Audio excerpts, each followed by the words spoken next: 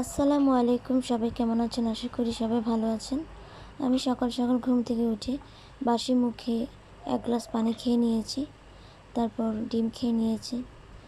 তারপরে চলে আসলাম রুম গোছাতে।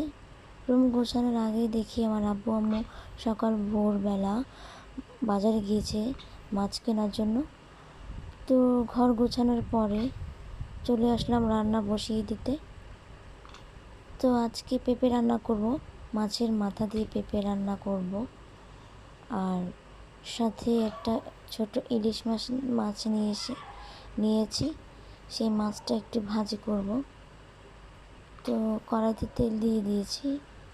তেলটা দেওয়ার পরে ইলিশ মাছটা ভেজে নিলাম। ভাজার সময় একটা কাণ্ড হয়ে গেছে। ইলিশ মাছটা যখন উল্টাতে গিয়েছি তখন অনেকগুলো তেল নিচে পড়েছে। ভাগ্যিস আমার পায়ে পড়েনি। তো ইলিশ মাছের পেটে ডিম ছিল। তো এখন মাছের মাথাটা ভালো করে ভেজে নিয়েছি। তারপর চলে আসলাম রান্না করতে। তো 3টা কাঁচামরিচ, কিছু পেঁয়াজ আর পরিমাণ মতো তেল দিয়ে তো ভালো করে নেড়ে নিচ্ছি। দিয়ে দিয়েছি আদা রসুন বাটা পরিমাণ মতো।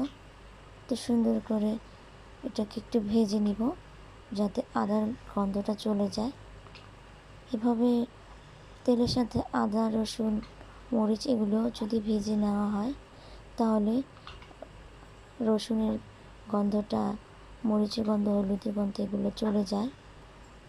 আগে সবসময় চেষ্টা করবেন তেলের সাথে আদা রসুন এগুলো ভালোভাবে একটু ভেজে নিতে, তাহলে তরকারি খাওয়ার সময় গন্ধটা থাকে না।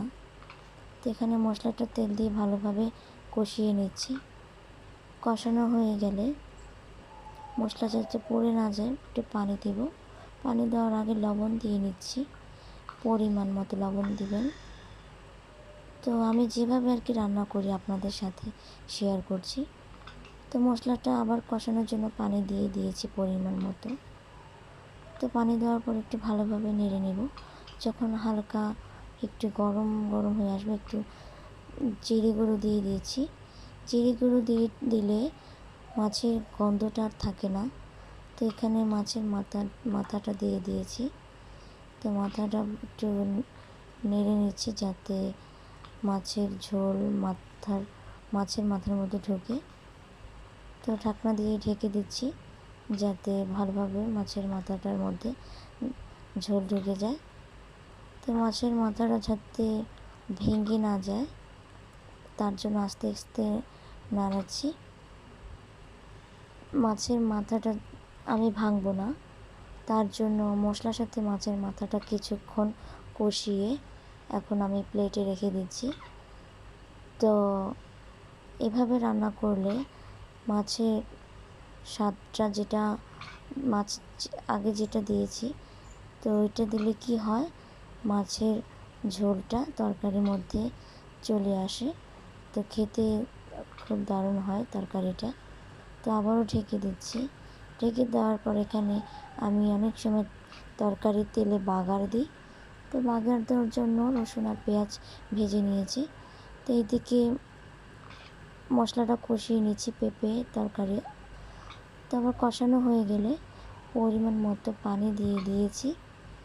পানিটা দেওয়ার পর আবারও কয়েক মিনিট কষিয়ে নেব।